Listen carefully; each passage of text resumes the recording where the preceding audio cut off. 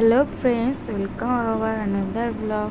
তোমরা সবাই কেমন আছো? আমি তো খুব ভালো আছি।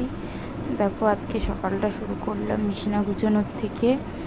তো অনেক সকালেই উঠে গেছি। এটা বাসি বিছানা না, এটা আমি ছেলেকে পড়াচ্ছিলাম, তারপর ও একটু খেলছিল, বিছানাটা নোংরা হয়ে গেছিলো, তাই ভালো করে পরিষ্কার করে নিলাম।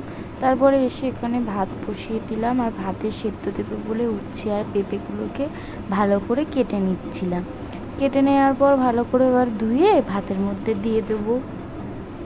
তো আমি অনেক দিন পর তোমাদের কাছে আবার ভিডিও নিয়ে এসেছি, কারণ এতদিন আমার শরীর অসুস্থ থাকার কারণে আর কিছু সমস্যার কারণে আমি তোমাদেরকে ভিডিও শেয়ার করতে পারিনি। আজকের থেকে আবার তোমরা রোজ রোজ এরকম ভিডিও পাবে। তো তোমরা পাশে থাকো, সাথে থাকো আর দেখতে থাকো। আমি আজকে রান্না করব মাছের ঝোল বেগুন আলু দিয়ে।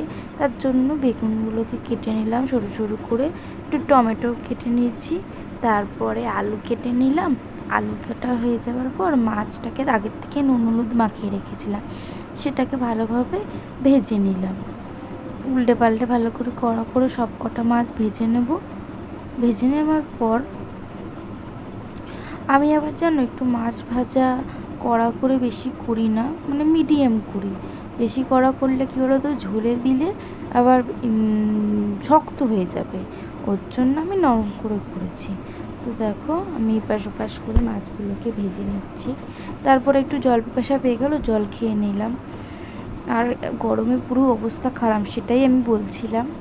এবার এদিকে জিরে ফোড়ন দিয়ে আলু বেগুন দিয়ে ভালো করে নাড়াচাড়া করে ভালো করে কষিয়ে নেব। তার মধ্যে লঙ্কা আর টমেটো দিয়ে আরও একটু ভালোভাবে কষিয়ে নুন হলুদ দিয়ে আবার খানিকক্ষণ, মানে 2 মিনিট মতো রেখে তারপরে একটুখানি যতটা ঝোল খাওয়ার দরকার ততটা দিয়ে ঝোল করবো। এবার দেখো, ছেলে জল খাবে বলে ওকে একটু জল দিয়ে আসলাম, ও জল খেলো।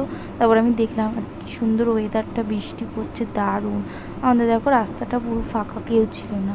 তারপর এদিকে এসে দেখলাম সেদ্ধ হয়ে গেছে আলু আর বেগুনটা, তার মধ্যে ভেজে রাখা মাছগুলো দিয়ে লাস্টে নামানোর আগে ধনেপাতা দিয়ে একটু ভালোভাবে ফুটিয়ে রেখে দেবে। দুপুরবেলা ছেলেকে খাওয়াতে চলে এলাম, ওকে খাওয়ালাম, তারপরে আমিও খেয়েছিলাম। সন্ধ্যেবেলায় বর একটু ফুচকার চিজ সেগুলো খেয়ে। তো আজকের মতো টাটা, বাই বাই।